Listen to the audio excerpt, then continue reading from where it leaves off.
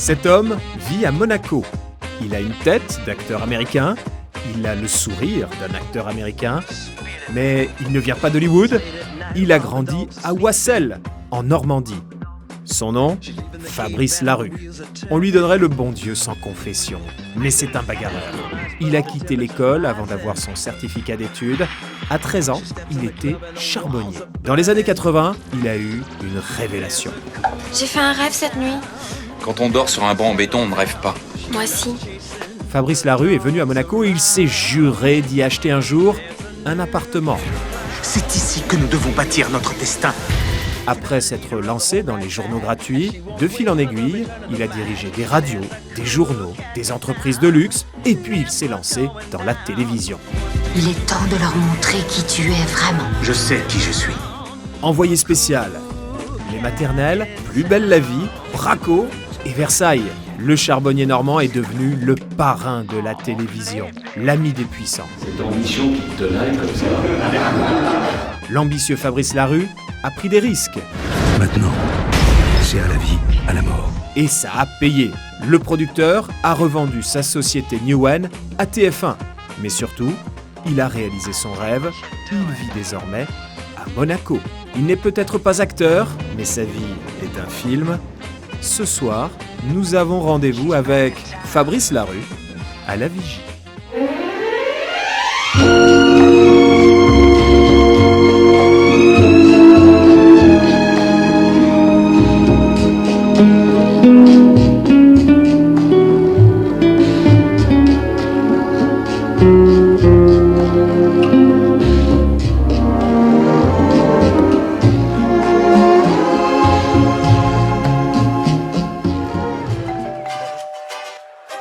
Il a la Vigie dire bonjour.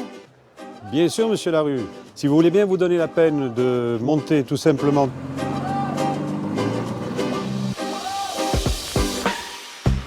Bonjour. Monsieur Larue, bienvenue. Je ne vous présente pas. Voilà, je vous en prie. Surprise de vous voir. On ne se serre pas la main. Je peux même mettre le masque et le chapeau comme ça. Moi, je dis dans cette émission, bas les masques. Un lieu extraordinaire. Vous connaissiez la Vigie, Fabrice, Je ou pas? connaissais, puisque j'habite ici depuis longtemps, mais je n'étais jamais rentré ici. Le début de cette maison, c'est 1905, la construction de cette belle bâtisse par Lord Ingram. Et son frère a été le premier directeur donc, du studio de la Victorine, Oui. où il a tourné le premier film parlant. Belle Donc c'est maison. un Britannique qui a construit cette maison, qui est très connu pour avoir été habité par un Allemand. Absolument. Il y a aussi M. Lagerfeld qui nous a fait l'honneur. Donc, Pendant ces longtemps jours-là. d'ailleurs. Pendant une bonne dizaine d'années, oui, absolument. Oui, oui, Voilà. voilà. Un Allemand, un Anglais, et depuis Voilà. cette villa, Fabrice, qui est formidable, la Vigie, à l'horizon, on voit l'Italie, on voit la France, et on voit la principauté de Monaco. On est au carrefour de l'Europe, Dirk. Tout à fait, absolument. absolument C'est un endroit absolument. Magnifique, magnifique. Merci beaucoup, Dirk. Merci de Merci. nous avoir accueillis. Partez pas trop loin. Hein. Non, non, on a besoin de vous. Je m'engage. Fabrice, merci beaucoup d'être là. C'est mon C'est un plaisir. honneur de vous avoir comme premier invité de cette émission La Vigie. J'espère que ça vous portera chance. Absolument. On va prendre le temps. Vous avez un parcours remarquable. Ce qui est intéressant, on est à la Vigie. On a une vue, peut-être l'une des plus belles vues, sur la principauté de Monaco. C'était votre rêve, Monaco. Ah oui, quand j'étais jeune. C'était mon rêve de venir à Monaco. Partir de Wassel pour arriver à Monaco, c'était formidable. Wassel. Wassel, c'est la banlieue de Rouen. C'est à 15 km de Rouen. D'accord. Il y a 9000 habitants. Je suis né là-bas. Et les quais de Seine s'appellent encore les quais Stalingrad. La salle des fêtes s'appelle Germinal. Et le foyer municipal s'appelle Aragon.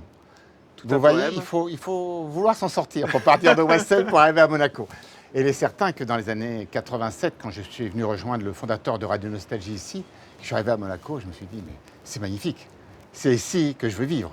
Et donc, toute ma vie a été construite pour pouvoir habiter ici à Monaco. On va revenir sur votre parcours, Fabrice Larue. Il faut que vous m'expliquiez quelque chose quand même. Vous êtes français. Oui, Vous avez réussi de manière incroyable dans les affaires. je ne sais pas ce que ça veut dire, mais Permettez-moi de le dire, on va y revenir, tout le monde va comprendre. Vous êtes français, qu'est-ce que vous faites à Monaco? parce que j'aime Monaco, tout simplement. C'est le carrefour entre tout ce que j'aime, la France, l'Italie, la mer, la montagne. Ma femme est née à Monaco. Moi, j'aime Monaco. J'y viens pour la qualité de vie, la sécurité. Mais je paye mes impôts en France, je vous rassure. Je paye tous mes impôts en France, à Menton. Moi, personnellement, en tant que monégasque, j'ai vécu 15 ans en Belgique. Tout le monde se moquait de moi. J'étais le seul à payer des impôts volontairement. Donc, je ne suis pas le seul idiot, c'est ça que vous dites. Je ne sais pas si c'est idiot. Moi, je trouve que c'est bien de payer des impôts. Il faut bien quand même contribuer à la construction d'un pays. Donc, le système monégasque est un système différent. Il a ses avantages et inconvénients. Moi, j'habite Monaco parce que j'ai envie d'habiter Monaco. Je n'ai pas d'avantage fiscal d'habiter à Monaco. Fabrice, je vous propose de visiter un petit peu cette maison. Donc, la Vigie. Dirk qui est belge lui-même, nous a dit qu'elle avait été construite en 1905. C'est forcément mauvais. Hein. Fabrice, on commence par un tout petit défi. Où est-ce que vous installeriez votre bureau si vous étiez chez vous? Parce que Karl Lagerfeld, il a bien réfléchi avant de choisir où il allait mettre son bureau. J'aimerais bien voir si vous arrivez à la même conclusion. D'accord. Le sud est là, elle est exposée. D'accord. Je vous laisse entre les mains de Dirk. Bonjour.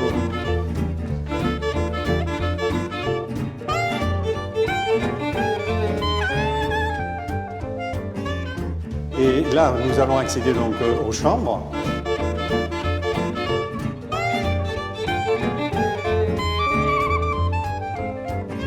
La chambre de M. Lagerfeld était occupée uniquement par un lit rond et ses livres autour. Et son chat peut-être? Non, il n'était pas encore là. Il n'était pas encore là. Non, la décoration est belle, mais j'aurais peut-être pas fait mon bureau ici, moi. Ce sont des malles qui ont été faites exprès pour les établissements de la Société des Bains de Mer. Et que on reconnaît quand même la touche de la SBM. Non, mais c'est beau. Oui, voilà, c'est surtout tout à fait. très bien entretenu. Merci pour cette visite. Je vous en prie, monsieur. C'est très je vous en sympathique. prie. Alors? C'est OK. C'est OK, Je viens c'est-à-dire? habiter ici. Ah oui? C'est formidable. Je mettrais même mon bureau là, peut-être. Parce que comme ça, j'aurais la vue sur l'est, sur Monaco, sur Cap-Martin et Italie, puis j'aurais vue sur le sud l'après-midi, sur Monaco. Donc je mettrais mon bureau ici. Alors Dirk, le bureau de M. non, Lagerfeld. Malheureusement, le bureau de M. Lagerfeld n'était absolument pas ici. Il était tout simplement dans la bibliothèque et tourné vers la colline. Ouais. Surtout pour ne pas être on va aller voir la dérangé bibliothèque par cette superbe vue que nous avons de ce côté-ci.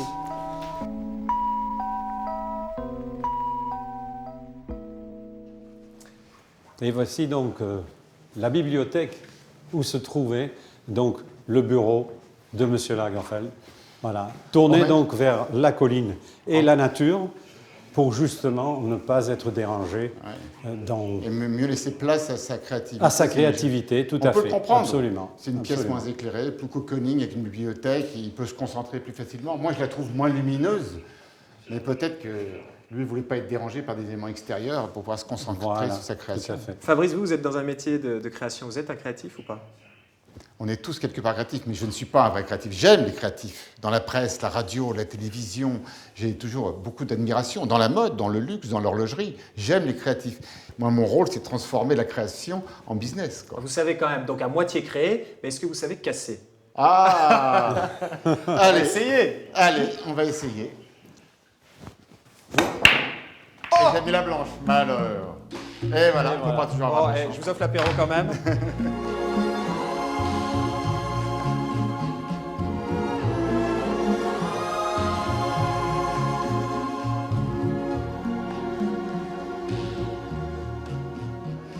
Fabrice, est-ce que vous reconnaissez ce que je tiens en main? Ah, j'adore. C'est du charbon de bois, ça. C'est pas du charbon, c'est du charbon de bois. Parce qu'à côté, vous avez du coq, et après, vous avez du boulet qui était de l'agglomérat. Alors pourquoi vous dites que c'est pas du charbon? Parce que vous étiez charbonnier. Mais on vendait ça. Ça, c'est fait pour allumer le feu. C'est du charbon de bois. Maintenant, on s'en sert pour faire du barbecue. Mais au départ, on allumait le feu. Mais ça tient pas beaucoup, le feu. Ça fait de la braise, ça. Alors qu'on mettait au banc du coq, du vrai charbon brut qui tient le feu. Les Larue, à Wassel, oui. En Normandie, oui. Ils vendaient du charbon. Oui. Mon père vendait du charbon, mon frère vendait du charbon, mon beau-frère vendait du charbon, ma sœur s'occupait de la comptabilité, mon grand-père était là. Et moi, quand le petit Fabrice, il vendait du charbon aussi. Quand j'ai quitté l'école à 13 ans, j'ai vendu du charbon. Vous avez quitté l'école à 13 ans? Oui. 13 ans, c'est quoi? C'est même pas le certificat d'études? Ah non, je ne l'ai pas eu, le certificat d'études. J'ai quitté l'école avant de rentrer en seconde. Ils m'ont dit sur mon bulletin scolaire, vous ne pouvez pas doubler, vous ne pouvez pas passer dans la classe supplémentaire. Le Fabrice Larue qui a réussi à Paris, qui est devenu parrain de la télévision, il a besoin d'un petit mouchoir Non, pour s'essuyer les mains ou pas? J'ai pas de honte sur le charbon. Mais j'ai vendu ça. On vendait du charbon à la Chine, c'est-à-dire qu'on allait dans les cités, dans la région de Rouen, Ouassel, qui a été complètement bombardée par les Alliés pendant la guerre de 40.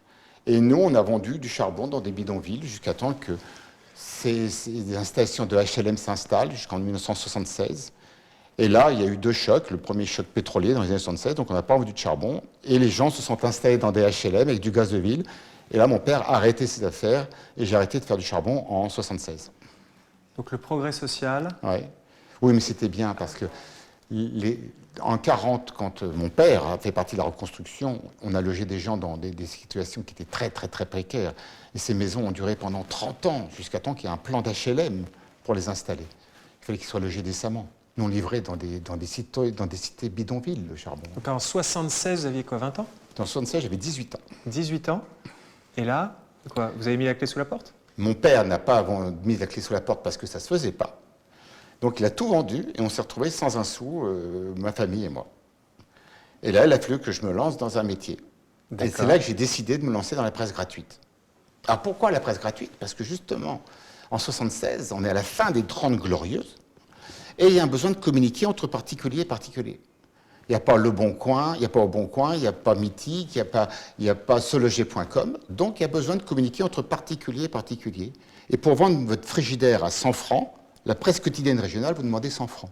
Donc nous, on récupérait les petites annonces gratuites, on les mettait dans un journal, on vendait de la publicité autour, on imprimait la nuit et on le distribuait dans les boîtes aux lettres. C'est comme ça que les journaux gratuits ont démarré. Donc le flair tout de suite. Un peu de chance, des belles rencontres, des belles personnes. Confiance, à cette époque-là, les fournisseurs vous faisaient confiance. L'imprimeur vous faisait confiance, tout le monde faisait confiance. Vous n'avez payé pas de sous, donc il fallait récupérer la publicité pour payer l'imprimeur et sortir les journaux. Alors quand vous étiez, comment on appelle les gens de Ouassel? Les Osseliens. Les Osseliens. Ça vient de Osselus. Donc pour vous, déjà, Rouen, c'était New York. Je veux dire, c'était... Moi, déjà, de passer de Ouassel, je vous rappelle, 9000 habitants, 70 ans de communisme, à Rouen, Paris, et quand je suis arrivé ici à Monaco en 87, ma vie a changé. Aujourd'hui, Fabrice Larue, vous avez 61 ans. Quand on est né à Ouassel, est-ce qu'on voit le monde différemment de quand on est né à Monaco? Est-ce qu'on a plus de chances de réussir quand on est à Ouassel que quand on est à Monaco? Est-ce qu'on a plus faim peut-être? Moi, je pense quelque part. Quelque part, ça a été ma chance. Je serais né à Monaco, j'aurais peut-être pas eu aussi faim. Je trouve que d'être né à Ouassel, j'avais tout à gagner, tout à conquérir. Je pensais pas que c'était pas possible, on m'avait pas expliqué que c'était pas possible. Donc, pour moi, tout était à faire. Peut-être que je serais né à Monaco, dans une famille aisée, peut-être que je n'aurais pas eu cette envie, cet appétit, cette revanche. L'école apprend à dire que c'est pas possible? Le problème de l'école, c'est qu'effectivement, on vous explique, moi, j'ai pas appris à apprendre, et on vous met des schémas.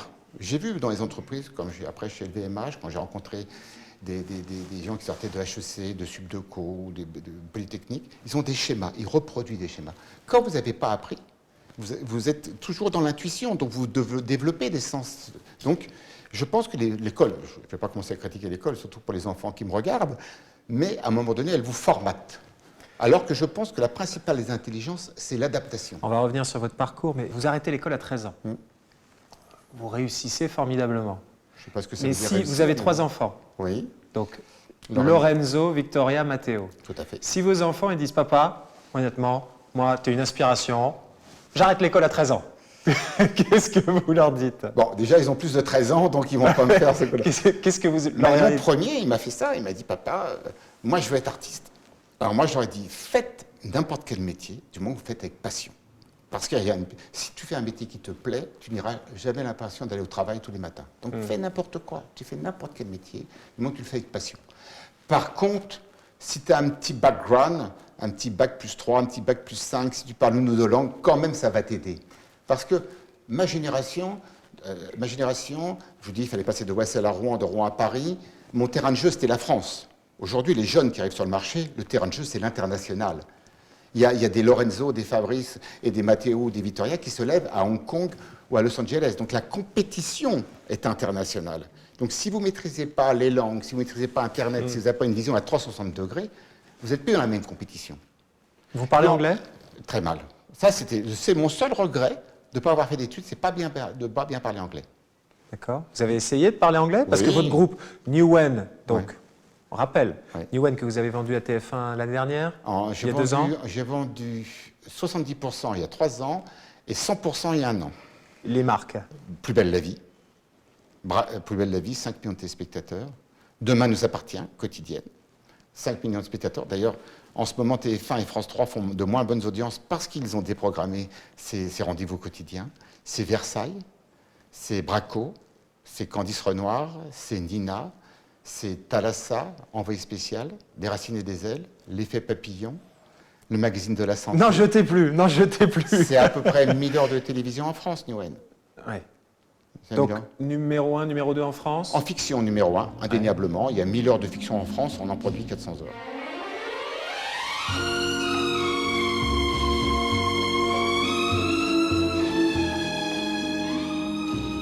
Vous vous êtes fait plaisir il y a quelques années, vous étiez acheté un vignoble. Oui, Dans le Bordelais? oui, absolument, à Bordeaux. Oui. Je sais que vous aimez bien le Bordeaux. J'adore le Bordeaux. Alors, j'ai peut-être pas un très grand Bordeaux, mais j'ai un petit Bordeaux pour vous quand même.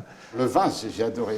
J'ai peut-être fait ça trop jeune d'ailleurs, le vin, parce que c'est un métier qui m'a passionné, qui m'a appris 2 choses qui ne sont pas les principales de mes qualités, c'est l'humilité et la patience. Parce que quand vous commencez, moi j'ai acheté des vignobles en 96, j'avais 3 hectares. Quand vous commencez à planter en 96, il faut demander entre 3 et 4 ans pour que votre jeune vigne pousse, et encore 2 ans après pour sortir vos premières bouteilles. Donc il y a un cycle qui est très très long. Alors, la patience, l'humilité, vous avez dû l'apprendre à la naissance. L'humilité, quand on est né à Wassel. Oui, mais quand je suis arrivé dans la vigne, dans le Bordelais, je leur ai dit, je vais augmenter le chiffre d'affaires, je vais augmenter le nombre d'hectares, je vais augmenter tout ça. Les vignerons, ils m'ont regardé, ils me disent, c'est quoi ce Parisien de fou qui arrive? Et parce que ça vous apprend l'humilité, parce que vous pouvez avoir une bonne taille, et des bonnes vendanges vertes, et au mois de septembre, de la pluie ou de la grêle, et votre récolte de l'année Vous est ne réduite à maîtrisez zéro. pas tout. Et vous ne maîtrisez pas le temps. Et ça vous apprend que Vous avez besoin de tout maîtriser? Quand on est autodidacte, on a besoin d'essayer de tout maîtriser, essayer de contrôler son destin. Et donc, c'est vrai qu'on a besoin de maîtriser. Et là, ça m'a appris l'humilité parce que je ne maîtrisais pas les paramètres extérieurs. L'eau, la grêle. Imaginez, vous travaillez toute une année pour avoir une belle récolte et le jour des vendanges, il grêle. Votre récolte est réduite à néant. Alors, pour un petit vigneron, c'est difficile. Surtout que j'avais ma sœur s'occupait de la comptabilité et mon beau, tiens, vous voyez, le bouchon était un peu sec quand même. Je pense que il vous donne. Non, mais la non, tâche est difficile Non, je vais parce y arriver, que je vais y arriver, je vous suis parlez et vous ne regardez pas ce que vous faites. Là, voilà. On va y arriver ou pas? Oui, oui, on va y arriver, vous inquiétez pas. On va y arriver. J'espère que je ne vais pas avoir mis trop de bouchons dans la bouteille, c'est tout. Et voilà. Formidable. Fabrice Larue, autodidacte, pour vous, c'est une qualité ou c'est une tare dont vous avez réussi à vous dépêtrer? Est-ce que si vous aviez le choix aujourd'hui, vous iriez à HEC? Non, pas du tout. Non, pas du tout, parce que quand moi j'ai rencontré, et quand j'avais mes journaux gratuits, j'ai embauché des directeurs qui venaient d'HEC. Ils avaient 25-26 ans, j'avais déjà 10 ans de métier avant. J'avais 10 ans, non, je ne retournerai pas à HEC. Je ne devrais pas dire ça, moi. Mes enfants ne feront pas HEC. Vous aviez combien de collaborateurs chez Newen? Chez Newen, on était 1000. 1000. Ouais. Vous les choisissez comment, vos collaborateurs? Alors, Sur CV, il faut cocher telle case. ça, c'est le travail de mon DRH. D'accord. C'est ça le problème d'ailleurs aujourd'hui, parce que... Mais le talent, ça ne rentre pas toujours Non. dans les cases. C'est pour ça que je pouvais ne pas prendre rendez-vous avec un banquier. N'importe quel talent qui me demandait un rendez-vous, je lui donnais. J'avais trop peur de passer Vraiment d'à côté. Ah oui. Il n'y a personne qui nous écoute qui peut se dire, moi j'ai essayé d'atteindre Fabrice Larue et j'ai jamais réussi. Peut-être que ça va arriver jusqu'à moi, mais un jeune producteur, un créatif, un animateur, n'importe quel jeune producteur qui venait, qui appelait, il avait un rendez-vous. J'ai trop peur de passer à côté d'un talent. Bon. À votre santé, Ouais. puis bonne chance à votre émission. J'espère que ça...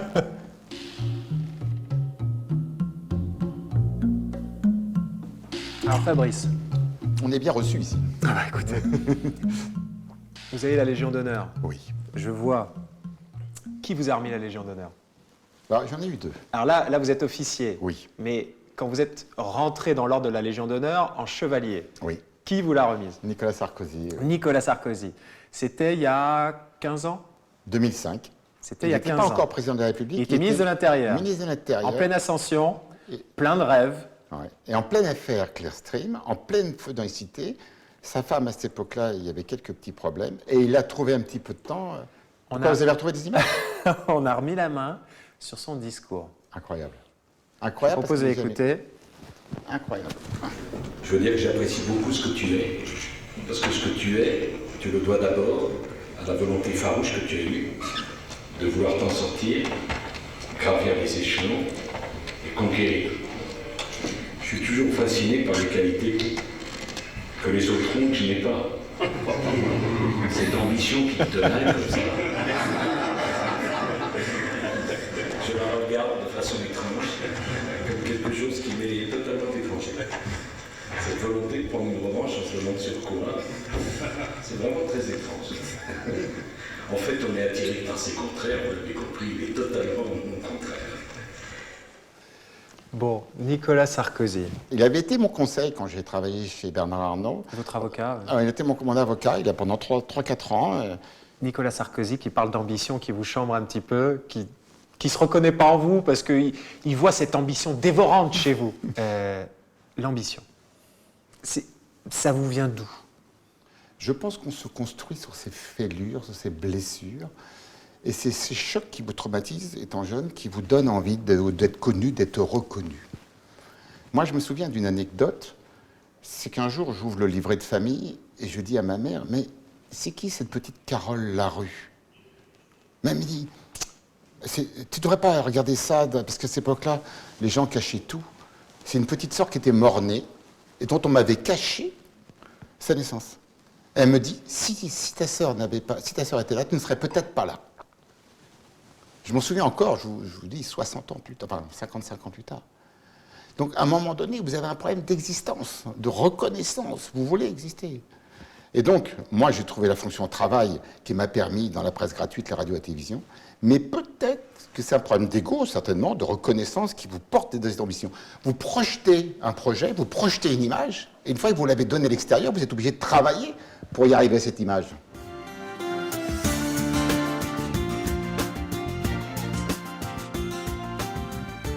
Plus belle la vie, c'est le blockbuster de France 3. C'était le fleuron de Telle France, la société que vous aviez rachetée. Absolument. Quand vous avez racheté Telle France, Oui. l'une des premières choses que vous avez faites, c'est de prendre votre téléphone, d'appeler les patrons de France Télévisions et de leur dire « Les amis, maintenant c'est moi le patron. À partir de la saison prochaine, au mois de septembre, il va falloir payer 50% de plus si vous voulez garder Plus belle la vie sur votre antenne. » C'est pas tout à fait comme ça que ça s'est passé. Ça s'est passé comment? Faut pas toujours croire ce que dit la presse, déjà. D'accord. C'est pas tout à fait comme ça que ça s'est passé. Plus belle la vie est arrivé à la fin de son contrat, et nous avons eu des propositions d'autres chaînes. Et donc, c'était notre devoir, nous, de défendre la production et de défendre les auteurs et les comédiens. Et on a écouté les propositions d'autres chaînes. Mais j'ai dit à France Télévisions, vous aurez la clause de la nation la plus favorisée, mais j'ai été obligé de regarder les prix qu'on nous fait autre part. Mais comme l'émission est née chez vous, c'est vous qui aurez évidemment la primeur. Vous demandiez 50% de plus, vous avez obtenu combien? Un peu plus. Mais pas beaucoup. Un peu plus?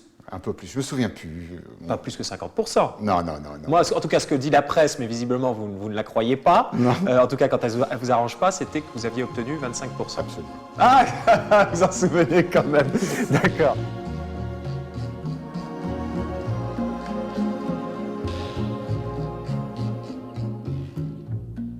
Nathalie, votre épouse, qui est née à Monaco. C'est une enfant de Enfant. TMC et de RMC. Son père travaillait à TMC et sa mère travaillait à RMC. C'est une enfant de Radio Monte-Carlo.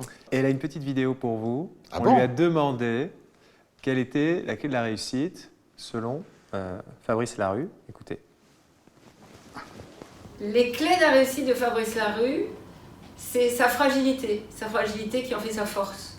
Le sens du détail poussé à l'extrême et l'anticipation de tout et tout le temps. Donc, Votre vous avez fragilité. de la chance d'avoir des images de ma femme. Votre C'est rare fragilité. qu'elle prenne la parole. Hein. Bon, votre fragilité, c'est votre force. Bah, je pense que c'est ça qui peut-être qui me permet d'aimer les créatifs. Cette sensibilité, j'aurais ardeur et être créatif. Elle vous rend vulnérable. Tout le fait qu'il faut vous fabriquer un corps fort, un mental fort pour vous protéger face à ça. Mais cette sensibilité est formidable. Formidable. Vous êtes facile à vivre ou pas dans le quotidien? Je pense pas. C'est pas à moi qu'il faut demander ça. C'est pas à moi qu'il faut demander. Non, je crois que je suis pas un bon client. Je crois pas que je suis un bon client, mais heureusement Nathalie me supporte. Nathalie, qui est donc un bébé de TMC et de RMC, comment vous expliquez qu'à Monaco, aujourd'hui, on n'est plus ce soft power-là en termes de communication? Sur le marché local, c'est très difficile de faire vivre des radios ou des télévisions parce que le marché local n'est pas assez important. Donc je crois que maintenant, ce problème peut être transformé en opportunité. Aujourd'hui, grâce à Internet et grâce à ces nouveaux moyens de communication, on doit pouvoir transporter une image internationale. Par contre, il faut trouver le marché qui le supporte. Et Monaco a des choses à dire au monde? Je pense que oui, moi je pense. Oui. Je pense qu'on a des choses à dire au monde. Ça, c'est des secteurs dans lesquels j'aimerais m'investir, moi, sur Monaco.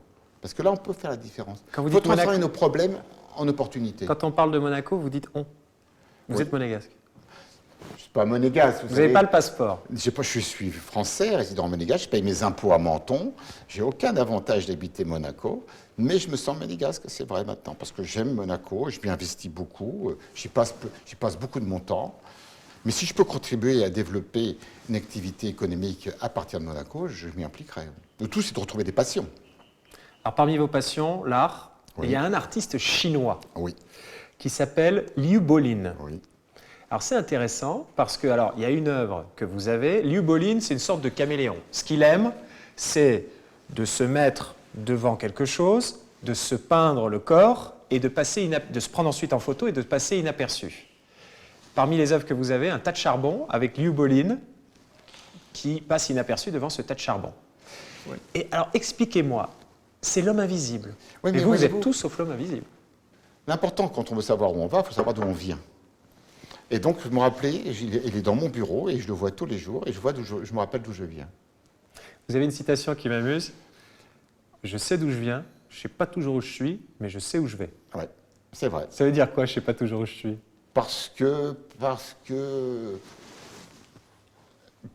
il faut que le doute s'installe pour pouvoir avancer. Et donc, il faut avoir certaines formes d'incertitude. Par contre, parce que si vous êtes assis sur vos certitudes, vous ne pourrez pas avancer. C'est en vous déséquilibrant que vous pouvez avancer. Mais à un moment donné, il faut faire des choix. C'est la solitude du patron d'entreprise qui dit j'ai pris des options. Et vous devez le convaincre. Vous ne devez pas montrer que vous avez le doute vis-à-vis de vos collaborateurs. Vous ne devez pas vous avez le doute vis-à-vis de vos banquiers. Et donc, mais moi, j'ai des doutes, oui. Donc, je ne sais pas toujours où je suis. Parfois, je suis perdu. Surtout quand il faut retrouver des motivations. Moi, j'ai eu beaucoup de chance. J'ai fait de ma vie un rêve, une réalité. C'est-à-dire que j'ai voulu faire de la presse, j'ai fait de la presse. J'ai voulu faire de la radio, j'ai fait de la radio. J'ai voulu faire de la télé, j'ai fait de la télé. J'ai voulu faire du luxe, j'ai fait du luxe. J'ai voulu faire du vin, j'ai fait du vin. J'ai eu de la chance. Donc la radio, pardon. Radio Nostalgie. Oui. Et c'est là que j'ai rencontré Étienne Franzy, Jean Pastorelli, qui étaient au conseil d'administration de Radio Monte-Carlo et de Radio Nostalgie. Donc en 87, vous êtes venu à Monaco et c'est là que vous avez eu un coup de foudre? Formidable. Vous arrivez de Wassel, où vous étiez charbonnier et marchand de journaux. Vous arrivez à Monaco, le soleil, les belles voitures, les belles filles. Mais c'est là qu'il faut vivre. C'est exceptionnel. J'ai adoré. Je suis tombé amoureux et je me suis dit, je viendrai m'installer. Le soleil, les belles voitures, les jolies filles. Ça, c'est ce qu'on voit, c'est la carte postale. Bah oui, mais c'est ça dont vous êtes tombé amoureux. Bah oui, j'étais victime des affiches en couleur. Je bronzais devant les cartes postales à Wassel. Donc... Et pour vous, aujourd'hui, Monaco, c'est encore ça? Oh, je regarde plus ça pareil. Moi, maintenant, d'abord, j'ai pris du recul. Non, je ne suis pas sûr que ce soit encore comme ça. C'est vrai que je suis un petit peu nostalgique de la Dolce Vita des années 60-70. Quand ma femme me parle des maisons victoriennes qu'on avait dans Monaco, c'est vrai que mais on est obligé, dans le modèle économique de Monaco, d'évoluer et que l'immobilier évolue. Mais quand je vois des secteurs complets, comme dans la Condé Nast, où il y a encore des belles maisons du début du siècle de Monaco, je trouve que c'est formidable. Peu importe les conséquences. Maintenant, c'est à la vie, à la mort. Braco. Oui.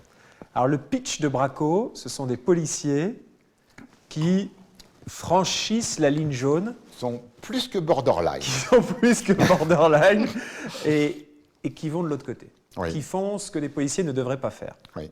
Et ils vont trop loin. Oui, c'est formidable. Est-ce que vous, oui. Quand on part à 13 ans, qu'on n'a pas été à l'école, qu'on était dans le charbon et qu'on a des rêves de grandeur et qu'on veut s'installer à Monaco, est-ce que votre réussite, est-ce qu'on peut être honnête? J'entends souvent des gens dire des réussites pareilles, c'est pas possible quand on est honnête. Je sais. Est-ce que vous avez franchi la ligne jaune? Alors, je n'ai pas franchi la ligne jaune, et jamais j'ai franchi la ligne jaune. Et au contraire, parce que je n'étais pas issu d'une grande famille, parce que je n'ai pas fait un grand corps, vous ne pouvez pas vous permettre de franchir une seule ligne jaune. Vous ne pouvez pas avoir une contredanse papier. Moi, je ne pouvais pas avoir un papier dans le carnet enchaîné en disant, même en venant m'installer à Monaco, qu'on ne dise pas, la rue, il part à Monaco parce qu'il va faire de la défiscalisation. Je ne peux pas me permettre ça. Moi, je dois faire un point d'honneur de ne pas avoir un seul problème. Je paye tous mes impôts, j'ai un contrôle fiscal, zéro problème. Il ne faut pas. Vous ne pouvez pas vous permettre. Peut-être que je dirais moins haut, mais je l'aurais fait honnêtement. Ce qui est intéressant, Fabrice, c'est qu'avec le confinement, vous vous êtes dit, moi je me mets dans mon appartement à Monaco. Oui. Vous avez vécu 50aine de jours enfermé dans votre appartement à Monaco. Ouais, mais C'était un bon endroit pour se confiner, Monaco? Exceptionnel. Exceptionnel. D'abord, personnellement, parce que je n'ai pas changé mon rythme de vie. Il faisait beau. Je trouve que le confinement à Monaco, pour moi, c'était formidable. Et ça m'a permis que Monaco a bien géré le confinement, et en tout cas, cette crise du Covid-19 jusqu'ici? Je ne crois pas que les gens soient conscients à Monaco de la chance qu'ils ont de vivre à Monaco. Pas toujours. Moi, je rencontre. Je me rappelle un jour, un de mes amis, peut-être pas, mais une de mes connaissances professionnelles, un restaurateur, me dit « Ah, tu te rends compte, je collecte la TVA et je dois la rendre à Monaco. » Je dis « Mais tu plaisantes quand même. Si tu ne rends pas la TVA que tu as encaissée, de quoi va vivre Monaco ?» Donc, à Monaco, ils ont une chance exceptionnelle. Je trouve que le gouvernement, je ne veux pas faire l'a très très bien géré. Très très très bien géré. Et on a eu très très peu de décès. L'hôpital a hyper bien réagi. Il y a très très peu donc il y a un système de santé et de sécurité qui est formidable. Et puis la deuxième chose par rapport à la France ou par rapport à l'Europe, on n'a pas injecté 300-500 milliards d'argent virtuel qui fera de la dette pour nos enfants et voire nos petits-enfants qu'on ne remboursera peut-être même pas. On parle de ne pas la rembourser. À Monaco, il n'y a pas une machine qui fabrique des billets. On est en dehors de l'Europe. Donc ils ont tapé dans le trésor de guerre. Il y a une réserve de 5 milliards, je crois, dont 2,5 milliards en cash. Ils ont mis 500 millions en cash. Donc, grâce d'ailleurs à leurs prédécesseurs qui ont géré ça avec beaucoup de prudence et de sécurité pour avoir un trésor de guerre. Un bon père de famille. Un bon père de famille. D'abord, il y a un modèle économique qui est monégasque, qui est celui qui marche bien. C'est adapté à ce pays parce qu'il y a une histoire, il y a une tradition, il y a une constitution qui l'autorise. Et surtout, il y a un prince. Et je trouve que la monarchie permet une stabilité dans la gestion. Quand vous avez des présidents qui sont là pour des mandats de 5 ans ou de 4 ans, sans les citer, ils sont obligés d'arbitrer des stratégies à long terme pour des résultats à court terme. Et à partir de ce moment-là, ils ne pilotent pas les grandes décisions de la même manière. Quand vous êtes obligé d'avoir une vision stratégique... Au début, quand ils arrivent, ils ne connaissent pas forcément tous les dossiers. Bah oui.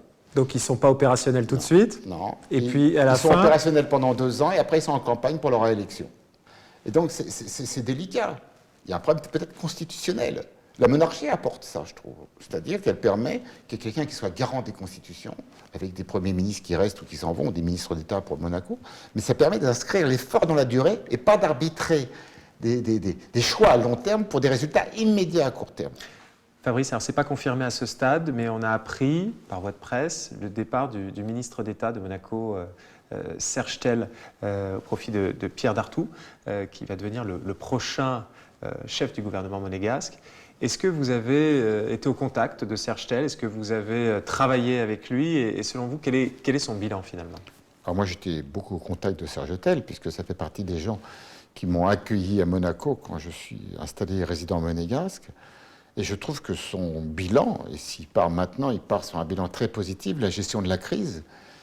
Quels qu'en soient ses détracteurs, je trouve que le gouvernement, derrière le ministre d'État, a très très bien géré la crise. Surtout dans une situation sanitaire qui était difficile pour lui, parce qu'il était malade, il était au fond de son lit. Je l'ai eu plusieurs fois au téléphone. C'était très difficile, il ne s'est pas plaint, il a beaucoup maigri, et il s'est battu, et je trouve qu'il a bien géré. Donc son bilan, je le trouve plutôt bon. Mais là, encore une fois, on est dans une monarchie, c'est aussi le garant des institutions. Les ministres d'État passent et la monarchie reste, et c'est ça qui est formidable à Monaco. Mais je trouve que pour la période que j'ai vécue avec le Monaco, son bilan est plutôt positif. C'est un des seuls pays au monde, Monaco, où le Premier ministre, le chef du gouvernement, n'est pas de la nationalité du pays. Ah oui. Et vous trouvez que c'est une bonne chose? Oui, je trouve que c'est bien, parce que ça reporte... D'abord, je trouve que pour les relations franco-monégasques, quoi qu'on en dise, même si l'État monégasque est souverain, c'est bien quelqu'un qui a fait de la diplomatie, qui a été ambassadeur, qui connaît le Quai d'Orsay, qui connaît les arcanes de la République française. Je pense que pour les relations franco-françaises, c'est important. puis quelqu'un qui a un regard extérieur, qui n'est pas toujours de Monaco, qui a un visage extérieur, apporte quelque chose. Et surtout, derrière, les conseillers ministres sont des monégasques, qui sont aussi, eux, garants des constitutions. Non, je trouve que c'est bien que ce soit un Français et qui donne une dimension diplomatique à cette fonction. Alors justement, Serge Autel, qui était un diplomate, Oui. mais jusqu'ici, le plus souvent, les ministres d'État choisis par le prince, c'était des anciens préfets. Oui. Là, a priori, c'est à nouveau un ancien préfet. Oui. Oui. Alors, en plus, je crois que l'état d'esprit n'est pas tout à fait le même. Quelqu'un qui est normand ne doit pas être mauvais. Il est passé par le Calvados. Bon, il est passé par le Calvados. C'est peut-être pas un normand. Donc, Il est passé par le Pays de Loire aussi. ça donne une autre connotation. Effectivement, c'est différent. Ça montre que c'est plus tourné vers l'intérieur, peut-être. Un préfet, il tranche. Oui, c'est plutôt quelqu'un. Un diplomate, il est enrobe. Plus rond, il est plus diplomate. À Monaco, il faut enrober ou il faut trancher? Moi, j'aime bien la diplomatie. La diplomatie, c'est quand même ce qu'on peut essayer de faire avant d'avoir... Mais s'il faut trancher, c'est la responsabilité de trancher. C'est courageux de trancher. Vous parliez de monarchie, autre production phare de La Rue Inc., Versailles. Il était une fois un roi dont la grandeur et la gloire étaient sans égal. Le jeune Louis XIV, à l'aube de sa splendeur. Alors Versailles. Alors là, oui. Si on parle de Louis XIV, Oui. lui, il est né avec une cuillère en argent dans la bouche. Est-ce que c'est pas plus difficile, d'ailleurs? Je vous retourne la question. Non. Quand vous vous appelez Louis XIV et que vous devez de marque et vous dites, vous êtes né riche, beau, avec un tout pouvoir faire la différence, c'est difficile. Je trouve que c'est un homme qui était très fort en communication, déjà. C'était un type très fort. Installer le roi Soleil, c'était exceptionnel. Et Versailles, ça a vraiment été un risque très, très important. Vous me parliez de Braco tout à l'heure. On récupère, on va chercher en 2013 un Emmy Award pour Braco. On est reconnu devant nos pairs. À ce moment-là, qu'est-ce que ça nous apporte? Ça nous apporte la crédibilité de faire une série Versailles qui a une dimension internationale. C'est la première série française qui est tournée en anglais pour être tournée vers l'étranger. Et là, de faire Versailles, c'était exceptionnel. C'est un pari fou. Quand on est dans la salle des Emmy Awards, Oui. lors de la cérémonie, Oui. et qu'on entend The winner is. And the winner is C'est exceptionnel. Braco. Là, Alors, là, c'est magique. Parce que j'y vais avec mon producteur délégué, Claude Chély, de Versailles, et donc Abdelraouf Dafri. Et on passe en premier, et première catégorie, fiction internationale, winner is Braco. Et là, on n'y croit pas. Et mon producteur me dit, Monsieur Larue, vous menez avec moi sur scène.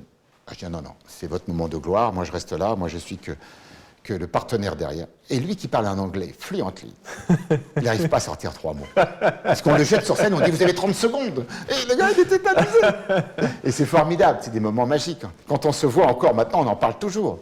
C'est des moments magiques. vous avez eu des échecs quand même. Oui, beaucoup, mais je m'en vante moins. C'est pour ça que je vous pose la question. J'en ai eu Est-ce que beaucoup. vous êtes pris des tôles, Fabrice? Oui, beaucoup. Oui. Ouais, beaucoup. Et vous, vous en avez appris? C'est-à-dire qu'on apprend plus de ses échecs que de ses réussites. On se construit plus des échecs. On s'en vante moins parce qu'on le garde moins. Un des échecs, par exemple, c'est de ne pas avoir réussi à racheter Radio Monte Carlo en 96. Ça a vraiment été une petite contrariété. Je m'étais battu. Parce que pour moi, Radio Monte Carlo, Boulevard Princesse Charlotte, c'était magique. Ouais. C'était, vous savez, quand vous arrivez en 87 à Monaco, vous arrivez à Radio Monte Carlo, Boulevard Princesse Charlotte. C'est vraiment l'endroit idéal. Vous dites, tiens, si un jour vous pouvez racheter Radio Monte Carlo, c'est exceptionnel. Ça, c'est un petit regret, mais c'est pas grave. Il y a eu d'autres projets après. Il faut faire des rêves suffisamment grands pour ne pas les perdre de vue. Non, le seul problème, et vous avez raison, c'est de retrouver des motivations. Ah, donc quand vous avez eu les clés de votre appartement à Monaco, que vous êtes installé là avec Nathalie, vous êtes assis, et là, c'est une indiscrétion de Nathalie. Vous avez dit, eh ben voilà. Bah oui. Qu'est-ce que Une je vais fois faire qu'on a maintenant dit, eh ben voilà. Qu'est-ce que je vais faire maintenant? Eh oui. Parce que ma femme me dit toujours, je te souhaite la sérénité. Mais le jour où je suis serein, je dois arrêter mes affaires. Parce que c'est la certitude qui vous fait avancer. Ce n'est pas les certitudes qui vous font avancer. C'est la remise en risque, la mise en danger qui vous fait avancer. L'argent est le moyen uniquement de mesurer si vous avez été bon ou pas bon. Ce qui est intéressant, c'est de vous remettre en danger pour un projet. Donc vous, quand on est serein, on est mort. En tout cas dans le business. Dans le business, oui. Un chef d'entreprise... Toujours sur le qui-vive. Toujours sur le qui-vive. Il a le nœud au ventre, il a l'anxiété, il ne pense qu'à ça. Il a le stress. Un bon niveau de stress. Parce que c'est ce stress qui lui permet d'anticiper les choses et de prendre les bons virages. La sérénité, elle sera très bonne quand j'arrêterai de travailler. D'ailleurs, le jour où je suis serein, je ne serai peut-être jamais, je pense que je confierai la présidence de mon groupe à quelqu'un d'autre. Si votre famille, si votre papa, votre maman voyaient ce que Fabrice Larue, ce que le petit Fabrice est devenu, vous vous posez la question parfois? Votre papa et votre maman qui sont plus de ce monde. J'espère qu'ils sont fiers de moi, quelque part. J'espère qu'ils sont fiers de moi. Mais en même temps, c'est l'héritage qu'ils m'ont donné. Vous n'êtes pas sûr? Oh, oui, je pense. Ma sœur me le dit souvent. Mon frère, qui nous a quittés il y a quelque temps, quand on m'a remis la Légion d'honneur, il m'a dit, quand j'irai rejoindre nos parents, je lui dirai qui tu es. C'est formidable. J'espère qu'ils sont fiers de moi. J'espère. Mais ils m'ont donné un héritage formidable. Bon, le sens des valeurs. Je sais exactement ce que mon père m'a apporté dans le courage, le sens de la parole donnée, ma mère dans la famille, dans l'esthétisme, etc. Cet héritage est exceptionnel. Ça vaut tout. Je ne suis pas sûr que de laisser beaucoup d'argent aux enfants, on leur rend service. Ah. Non. Et donc, est-ce que vous faites partie de ces gens qui créent une fondation et qui gardent juste 10% pour les enfants? Je m'interroge. Je ne vous le cache pas, je m'interroge parce que... Ça, ils le savent ou ils le découvrent dans l'émission? Ils le découvrent, ils ne le savent pas. Parce que la difficulté, bon maintenant, le dernier, il a 20 ans, il a conscience de ce que c'est, mais la difficulté, c'est que vous devez leur en cacher beaucoup, pour pas qu'ils se disent, j'ai pas besoin de travailler parce que papa me laissera de l'argent. Mais en même temps, vous devez les préparer pour dans 10 ans, dans 20 ans, dans 30 ans, de gérer de l'argent. Un jour, mon notaire me dit, tes enfants s'entendent bien? Je dis oui. Il me dit, c'est normal, ils n'ont pas encore hérité. C'est là que ça commence. C'est là que j'ai eu... Quand tout va bien, on s'entend bien. Bah oui. Et, vous savez, mes parents m'ont laissé un héritage, un truc exceptionnel. C'est que j'avais un frère d'un premier mariage et une sœur du même mariage de mon père et de ma mère. Quand mon père a fermé les yeux, mon notaire nous a convoqués et il nous a dit, la part de votre père on divise en 3, votre frère, votre sœur et vous, et la part de votre mère on divise en 2, vous et votre sœur. Et ma sœur s'est retournée. C'était pas beaucoup, hein, ça devait être 150 000 francs à l'époque, mais bon, c'était en 94. Et ma sœur a dit, bah non, on a toujours vécu ensemble, on divise tout par 3. Je trouve que c'est la plus belle réussite de la fratrie. Pour eux, c'est leur payer leur crédit de leur maison à cette époque-là. En province, en France, c'était important. Donc c'est la plus belle réussite de la fratrie, c'est le plus bel héritage que nos parents nous ont laissé. On ne s'est pas disputé pour l'héritage. Vous voyez tellement d'enfants, ou de beaux enfants qui se disputent pour l'héritage, ça doit faire retourner leurs parents dans leur tombe. Donc je ne suis pas sûr qu'il faille leur laisser autant d'argent que ça. Il faut redistribuer une partie. Vous les attirez ici à Monaco ou ils sont où vos enfants? Il y en a un qui est à Paris, l'autre qui est à Londres, le troisième qui est à Amsterdam. Leur papa est à Monaco, mais est-ce qu'eux se sentent un petit peu... Je pense que c'est un peu trop tôt. Comme l'alchimiste de Paolo Coelho, il faut qu'ils fassent le tour du monde pour savoir où ils doivent venir. Je pense dans quelques années qu'ils se diront « Ah ben c'est là que j'ai été élevé », parce qu'ils ont toujours passé leurs vacances à Monaco depuis 20 ans. Hein. Donc j'ai compris que les enfants, c'est pas comme les entreprises. Vous ne pouvez pas les manager, vous êtes obligé de faire dans l'intuition, il faut leur laisser faire. Il faut leur laisser faire ce qu'ils ont envie de faire. Moi, la chance que m'ont laissé mes parents, c'est que j'ai fait ce que j'ai voulu faire. Bon. Maintenant, c'est vrai que être parent, c'est pas avoir peur pour vous, c'est d'avoir peur pour eux. Mais il faut les laisser se planter, parce que s'ils ne se plantent pas, ils ne font pas l'expérience de la vie. Mais par contre, vous devez souffrir de les voir se planter, mais il faut les laisser se planter, parce que c'est comme ça qu'ils se construisent.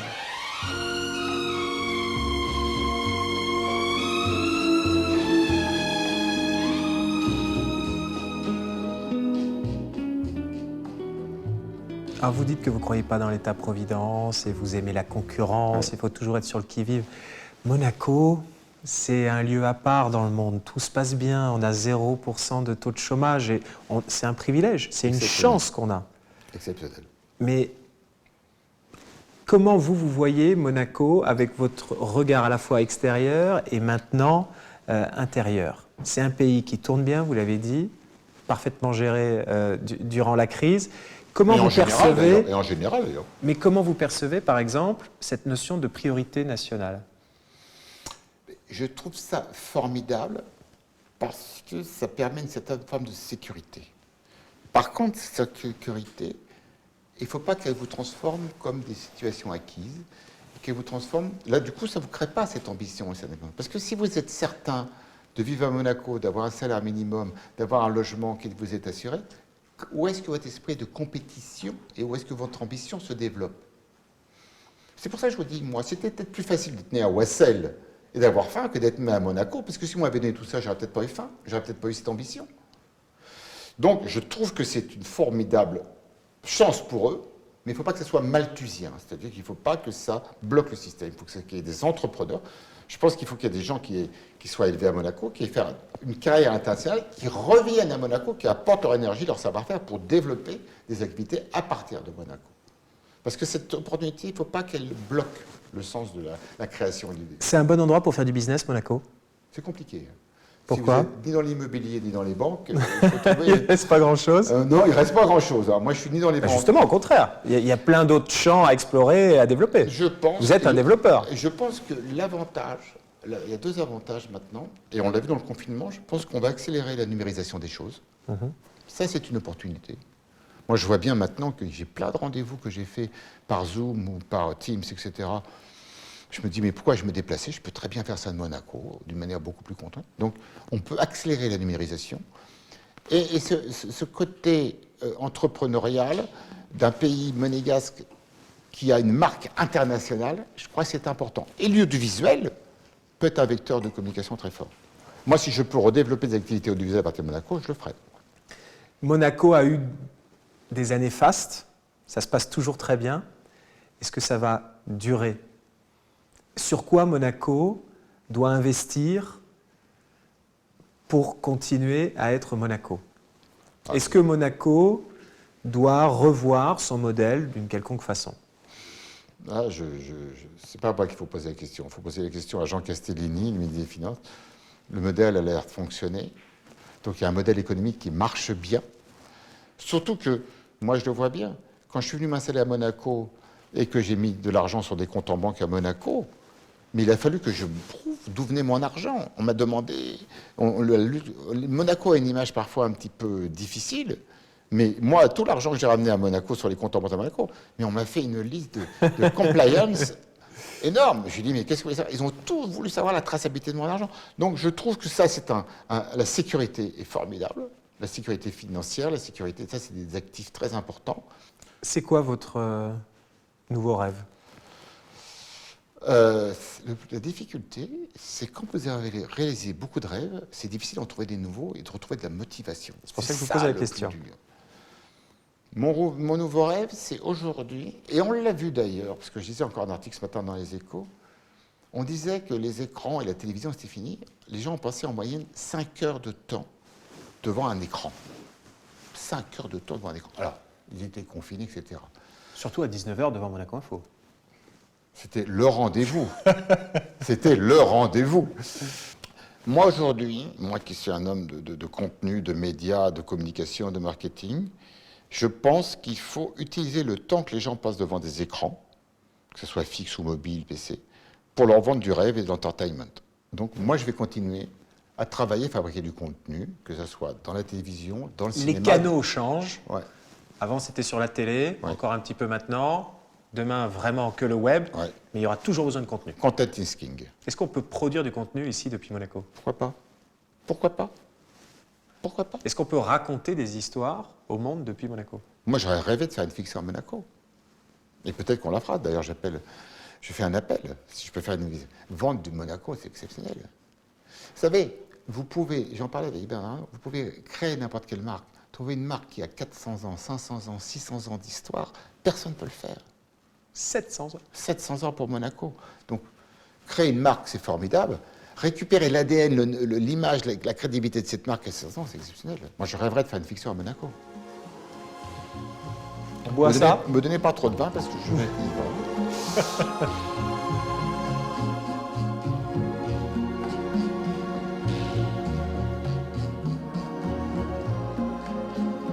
Fabrice, vous êtes un joueur. Vous jouez au poker. Oui. Vous la jouez... vie est un jeu. La vie est un jeu. Et vous jouez beaucoup au backgammon. Et d'ailleurs, il y a une petite anecdote racontée par Nathalie, votre épouse. Vous étiez à Saint-Ouen, au Puce, Oui. et là, vous découvrez une table. Elle vous a raconté ça? Ouais. une table de backgammon. Enfin, idéale en tout cas pour jouer au backgammon Absolument. dessus. Sauf que le vendeur Oui. vous dit, le prix, c'est 4005. Oui. Là, vous dites, c'est un peu cher. Oui. Et ensuite, comment ça se passe? La négociation. Je négocie avec lui, j'arrive à arriver à 3000. Et le garçon me dit, c'est pourquoi De faire 4005 à 3000. Oui, donc je négocie pas très bien, mais bon, bah, Ça va quand même, ok. on a des frais. Hein. Oui, oui, bien sûr, bien sûr. Et le garçon il me dit, c'est pourquoi faire? Et je lui dis, On a des frais. je lui dis, c'est pour jouer au backgammon. Ah, il me dit, vous jouez au backgammon? Ah, il me dit, moi je suis un fou de backgammon. J'ai dit, écoutez monsieur, je vous fais une proposition. En une partie, si je gagne, je l'emporte la table. Si je perds, je vous la paye 4500 €. Et ce brocanteur me dit oui. Et alors? Formidable. Et il démarre, double 6, double 4, et tout. Je me vois mal parti. Et je gagne la partie en une partie. Et donc, je suis parti avec la table. Et lui s'est fait insulter par Je sa m'en femme. doutais que vous partiez avec la table. Vous savez pourquoi? Non. Parce que vous ne racontez que vos succès, jamais les échecs. En l'occurrence, le backgammon. Si, je suis arrivé 4e au tournoi de Monaco. Du yacht club? Du yacht club. Je suis arrivé 4e. Ah. Et j'ai perdu contre celui qui a gagné. Et il jouait mieux que moi. Donc, Bon, vous êtes un joueur. oui. Et vous êtes aussi un peu sportif. Oui. Ça, je vous l'envoie. Oui. Vos gants de boxe. Oui, oui. Vous voyez qu'ils sont neufs. Hein. Il y a longtemps que je les ai Et mis. boxeur, Ah oui. plongeur, Ah oui. en sous-marine. Ah oui. C'est quand même pas que vous entretenez, faites du jogging, etc. C'est pas des sports collectifs. Alors vous avez raison. Juste pour revenir à la boxe, moi j'ai fait beaucoup de judo, de karaté, de full contact, la boxe. La boxe, c'est un truc qui est formidable, c'est que vous êtes seul. Vous avez un vrai rendez-vous avec vous-même. Vous ne pouvez pas tricher. Et puis à la boxe, vous ne pouvez pas dire j'ai passé une bonne soirée, je suis arrivé second. À la boxe, t'es gagnant ou t'es loser, quoi. Hein. Donc la boxe, c'est tu gagnes ou tu gagnes pas. Tu peux pas dire oui, j'ai bien joué, mais je suis arrivé deuxième. Non, t'as gagné ou t'as perdu. Donc c'est un vrai rendez-vous avec soi-même. Bon, maintenant, je ne mais plus beaucoup les gants, je les mets de temps en temps avec un ami. Vous avez raccroché les gants? Oui, parce que le problème, c'est que quand on a un bon niveau et qu'on n'a plus le même bon niveau, on n'aime pas. Moi, ce que je veux, c'est toujours progresser. Il y a toujours un endroit où je ne suis pas bon. Si je veux être le meilleur dans mon sport, le meilleur dans mon business, le meilleur et pas trop mauvais avec sa famille, il y a toujours un endroit où vous dites vous n'êtes pas bon. Et quand on ne peut plus progresser, on jette, on laisse tomber, et donc on peut passe à progresser, autre on chose. devient serein et on devient contemplatif. C'est peut-être pas pour tout de suite. Vous étiez le tout premier invité de La Vigie sur Monaco Info, cette émission de grands entretiens. Et quel grand entretien! Je vais vous demander d'être le premier à inaugurer notre livre d'or. D'abord, c'est moi qui vous remercie de ce moment d'intimité et de complicité. Et j'espère que j'inaugure une très grande histoire et que je vous souhaite bonne chance et longue vie à votre émission et à Monaco Info. On va boire à ça? Allez, à la réussite de votre émission. Merci Fabrice.